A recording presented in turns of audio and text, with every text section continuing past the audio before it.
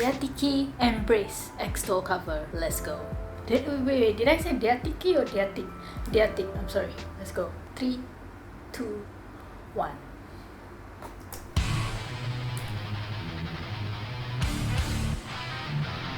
Nice.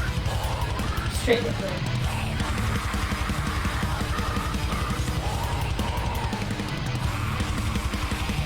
Wow.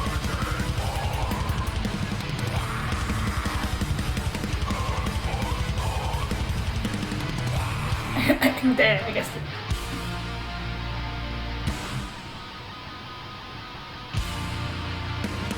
Oh. Okay. Alright.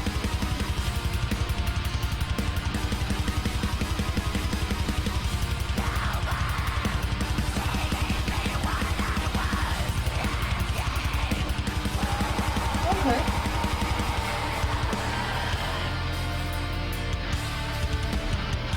Wow. I like the change of tempo.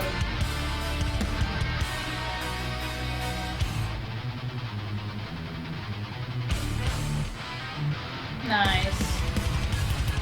Nice. Synth.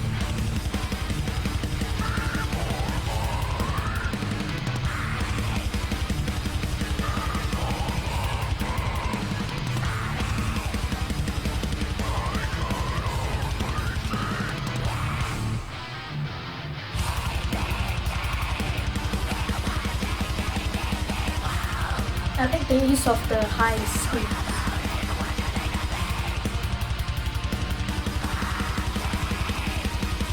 Is that dinosaur or crocodile? Okay.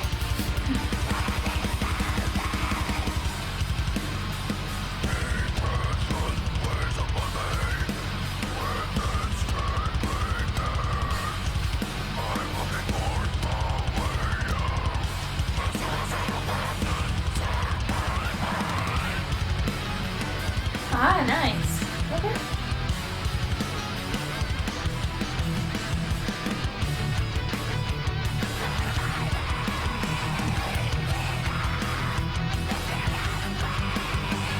Okay, I'm not gonna lie, I love this guitar part of this chords thing, this chord progression that they're using. I don't really like the vocals being over it, I just like the guitar part. Just saying. Okay, I like this, you know.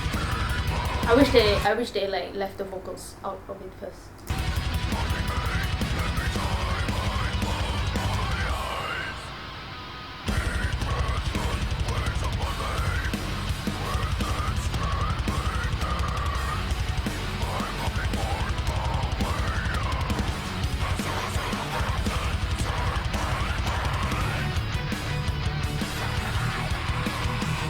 I like this.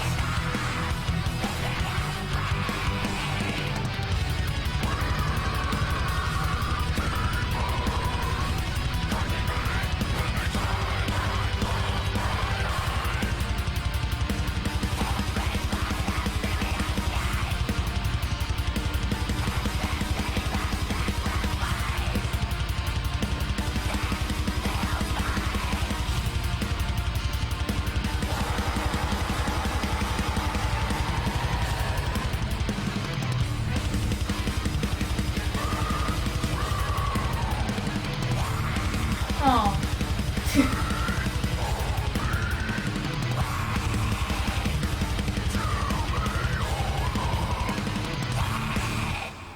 Oh. So that was Embrace by Diatheked. It's actually, I think it's originally by Extol, but Diatheked cover it. Nobody asked me to react to this, by the way. It's just that I went on Kingdom Core's Instagram page, and this is like their latest post, and I've reacted to Diatheked before, and I love them. I love that reaction. I love that song. So yeah, so this is the first time I'm reacting to a cover, I think. I've never heard the original, so I don't know what to compare it to, but I'm gonna give you my thoughts anyway. I did enjoy that. Yeah, it did sound quite familiar in terms of like the Diatheked sound. I've only listened to one song before, which was Splendor, which I loved that time. I remember that time that was like my favorite song that I reacted to at that time. So yeah, it had some similarities like in terms of the sound, you know. That's the thing I love so much about metal, is like the bands have different sounds, like they have their own individual sounds, you know. So it's like not all metal sounds the same, it's like all these bands have their individual sounds. The song was very short, like this is 3 minutes and 42 seconds, which is one of the short. That's short for metal, right? But it felt longer, like in a good way. You know, I feel like they packed a lot inside. They have a new vocalist called Peter Watson of Elephant Watchtower. I've never heard of him. I don't know who was the vocalist before this, so I'm assuming in the Splendor video, that one was a different vocalist. But yeah, now they have a new vocalist. And yeah, what do I think of the song? I enjoyed it. As you can tell, I enjoyed it. But that wasn't really my favorite thing in terms of, like, remember when I said there was like a guitar part that I wish they didn't put the vocals over? Or at least I just wish they left it first, like play the guitar part first and then bring in the vocals in later. I feel like just the vocals were too much at the forefront of the song, which I mean vocals are usually the forefront of the song, but I wish that they also let the other instruments, the other like parts of the song shine. The vocals were good. There are a lot of uses of like the high screamo, right? So there was not really like the low screams in the song. Maybe that's just his style, maybe that was a stylistic choice. I don't know. I liked it, but I don't know if I would listen to it again, you know. But it was definitely like a good song that I liked. And I love how, you remember when I said like, I think I said "aw" a few times, because like the song is, you know, heavy and whatever. It's actually not that heavy. I didn't feel it was that heavy, but yeah, I mean it is like a metal song, right? But like it's so cute how at the end it's just talking about how he wants like true love. You know, it's just so cute. I don't know, I just like that. The message is so sweet, but the song's like heavy. Okay, let's go to the lyrics, shall we? I think the song is just basically about being embraced by God's love. Like, this song is about someone who has been searching for love in the world, who is searching in the world for everything that could fill them, searching for love that was not there. Nobody gave me what I was looking for. And then so this person joined the world in mocking God, because they said worshipping the beast, mocking God and his servants. So this person thought that they could find everything that they could fill within themselves in the world, and then they ended up following the world and just going against God, and it ended up bringing them to a dark place. Like, they went to depression, and they had suicidal thoughts. I love how the song just like mentions it, like, yeah, suicidal thoughts enter my mind. And he says about how dark it becomes, you know, surviving in a mysterious way with demons haunting me every time I close my eyes. And then the last verse of the song is embraced by the spirit of life, accepting the sacrifice that fills my heart with true love, the only way to be whole again. I love this. Wow, that's such a nice close to the song. I don't know if this is based on a real person, whoever wrote this. It's actually surprising because I can actually relate to this. If you don't know, when I was around 15 and 16, I actually started to drift away from God. I did not really want to identify with being Christian anymore. And this was also the time when I was just getting a lot like deeper into metal. And not to say that all metal bands are like this, but I did get into the kind of attitude that some bands had and some artists had, and which was like, ew, religion, you know. And I became like that. Like, I started to look down on religion. And just to be clear, I was not properly born again at this time. I had been going to church my whole life, but I only went because it was something I did every Sunday. And I mean, I did believe, but I didn't really know what the gospel was. So it was very easy for me to be led astray. And eventually when I was like 15 or 16, especially when I was 16, I think, I eventually started to like just not really want to identify with being a Christian or being a religious person. I was kind of proud of like when my friends say, oh, you're not very religious, I'm like, yes.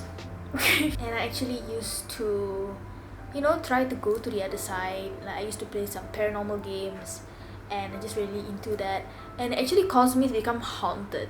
I don't know if I've ever talked about this on my channel, but I kid you not, when there were legit hauntings that used to happen in my house, and I thought it was because of my room. But then when I went out of the room and I would sleep in like a different room in the house, things followed me. Things would happen. And it was just never peaceful. It's never peaceful. Don't mess with that stuff, guys. It was never peaceful. And I just never felt alone, you know, I never felt truly alone in the dark or not in the dark. And it was just a lot of things. Like, sometimes I felt like I didn't want to wake up, to be honest, because like, I just regretted it so much. Like, I wish that there was a time in my life where I did not feel like there was always something watching me or a presence in my room, because I had let those things in. I legit invited them in. So maybe that's not the same as this. I don't know if he's talking about legit haunting, but I'm talking about a legit haunting. And you know, I figured out that it wasn't the room, it wasn't the house, because this wasn't happening to anyone else. It was just happening to me. And that's when I realized like, wow, this thing's like attached to me, there's something attached to me. Yeah, and that's not fun. It's really not fun. I remember I regretted it so much, like why didn't I just like stay away from this? What did I get myself into? And it wasn't even like huge stuff, it wasn't even like stuff being thrown around. It was just a lot of sleep paralysis, a lot of that, a lot of nightmares, a lot of feeling like something is next to me. It's not my imagination, like legit it would feel so bad, and some physical stuff. But yeah, I would never go back to that, like that kind of thinking of like, I was basically blinded, I was basically lost, but I didn't know that I was, because I was like still going to church, you know, but I was still lost. And I was, you know, misled by that thinking of like, oh, Christianity is just a bunch of rules, you know, it's a lot more free, a lot more fun to follow the world, and you know, the world will tell you that. But I remember last time my like Sunday school teacher told, like, I brought this up at that time, what, isn't it better to just be free and just sin, you know? And she said, yeah, well, the world promises you that you will be free, but God promises freedom from sin. And that makes so much sense now that I'm here. I could not see it back then. At that time I was not free. People think they are free by living in the world and living in sin, but now that I'm here and I'm set free from sin, I can see what true freedom is, and I wouldn't give this up for anything. I just wouldn't, because this is true freedom, being free from sin. I would not go back to that old life. I will not ever go back to that. And it sounds weird, like why would you feel free in religion, in Christianity? Can't explain it. Freedom in sin is a lie. There's no such thing. That's a bondage, and God can set you free from that. And that's what this person did in this song. He was embraced and he's accepting the sacrifice, because God embraces you and you have to accept his sacrifice, the sacrifice that Jesus died for you, for your sin. He wants to have a personal relationship with you. And I love how at the end it says, the only way to be whole again. People think that, you know, actually like last time I watched this video by a YouTuber that I actually like, but this YouTuber believes in the law of attraction thing. She said this so wholeheartedly, it's actually sad how much she believes it. She said like, we are all whole in ourselves, like we don't need anything else, we don't need anyone else, you know, that kind of thing. You only need yourself. You know, I'm sure that a lot of people who believe that we are whole, but we are not. We cannot set ourselves free. We cannot determine where we're gonna go when we die. We don't know anything, but we have to go to God for that. We have to go to God. Like, if I did not believe in Jesus and I did not know that I'm going to heaven after I die, I would have no idea where I would be going, seriously. And I would not feel whole. I feel like something would always be missing inside of me. And now that I have God, I don't feel like anything is missing, because I already have everything that I need.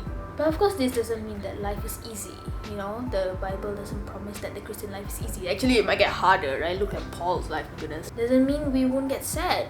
Maybe it doesn't even mean that we won't get depressed even, or issues or mental health issues. Like, I still have mental health issues sometimes as a Christian, you know, but that's just part of being human. But I don't feel as hopeless as I was, you know. I have hope now, and that's the difference. That's something that I didn't have back then. I didn't have hope in what happens after that or what happens in the future, and now I have all that hope. And so that even in my darkest moments, I can still come to God, and even that is already like freedom, that I can just come to God even in my darkest moments as a human being that I will have. I am never truly alone, and I never truly have no hope, because no matter what, he's still with me and I still have hope. That's a hope that I can't explain to you. Maybe a lot of people won't get it. Why would you put hope in something like this that you don't even know, you know? But I like not knowing it, actually, because I've seen what he did in my life, and I've seen what he's doing, and I really don't mind knowing the future. It can get scary sometimes, but based on what I've seen so far in my life, trusting God is the best thing I can do. And I hope with all my heart in whatever his plan is for my future, even though it gets scary sometimes, not gonna lie, but I have hope. And that is something that I will hold on to forever, because that's not something everyone has, and I wish everyone did, which is why I make these videos, which is why I try to get the gospel out there, because I want you to have this hope that I have. Okay, that's it for this video. I hope you guys enjoyed. I kind of have to go now. I think I have to wake up earlier tomorrow because we're going to church for the first time in months. I'm going to a physical church. It's gonna be so weird. I have to wake up at like 6 something. Thank you, Diatheked, for that song. I loved it. And keep making music. We can't wait to see more Diatheked. They're a good band. They're a really good band. seriously. I hope you got something from this video. I definitely did get something from the song. You can comment down below your thoughts about the song. As usual, I read the comments, and you can also just like comment any songs you want me to react to, because I read the comments. Okay, so yeah, I'm gonna go now. Thank you so much for watching, and I will see you in the next Metal Monday. I don't even know if I can even call these Metal Mondays anymore, because like I just upload it any day I want. It's like I film whenever and then I just post whenever. So but the series is still gonna be called Metal Mondays because it's my channel and I can do whatever I want. You can't tell me what to do. Okay, honey? I have no energy to like fight with you today, so I'm gonna let you go now. God bless you. Oh, I forgot to sing the theme song. Christian music doesn't replace redeem. Sorry, I have a sore throat, so it sounds a bit weird lah. Eh, why a bit off? Christian. God bless your day, your week, your month, your year, your life. God bless you and your families. Don't forget the Lord Jesus Christ loves you very much, and Miaw loves you too. One last thing. I'm so bad. Love you. Love you. I've never done that. Bye bye. Perasan. You think I love you? If you did this to me also, you're a real one. And I love you too. Okay, I'm gonna go now.